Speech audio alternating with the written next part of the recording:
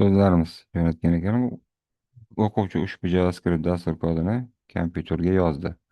Dastur ishga tushirib, en o'zgaruvchiga qiymat sifatida 20 raqami kiritildi. Konsulga qanday natija chiqadi? Mana bu yerga mana n teng 20 deyilgan. Mana shu yerga 20 kiritilgan ekan. Mana shu yerga 20 kiritilgan. Demak, C 3 ni o'zlashtiryapti. Hmm. Forma beri takrorlanish tanasi ketyapti. Endi bu yerda e'tibor beramiz. Takrorlanish tanasidan keyin eski n'ni qo'shsin va pastda shart bergan if k kichik 4 bo'lsa 1 ga uchrasin va natijani chop etsin degan. Agar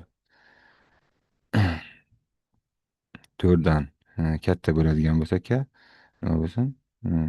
Shart bajarilmaydi va nima bo'ladi? Keyingi qatorga o'tadi va esni esga nima kani qo'shib oladi.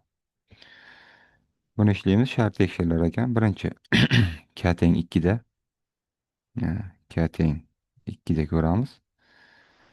K teng 2 da demak 2 kichkina 20. Ha, 2 20 dan kichkina bo'lganligi uchun takrorlanish tanasi boshlanadi, ruxsat beriladi. Endi bu yerda s barobar s'imiz 3 da 3 qo'shilgan. Mana n'ni qo'sh deyapti 3 ga. Ya'ni s ning qiymatiga. N'imiz 20 ga teng. Bu teng 23 ga. Keyin pastga tushiryapti, shartni tekshiryapti. Kamiz 2 ga teng edi. Demak, kichkina 4. Ha, 2 4 dan kichkinami? Ha, 2 4 dan kichkina. Uncha bo'lsa nima bo'lsa 1 ga uchradi. 1 ga bo'ldi bu. 1 degani bu dasturni yakunlaydi va o'sha to'g'ri konsulga keladi.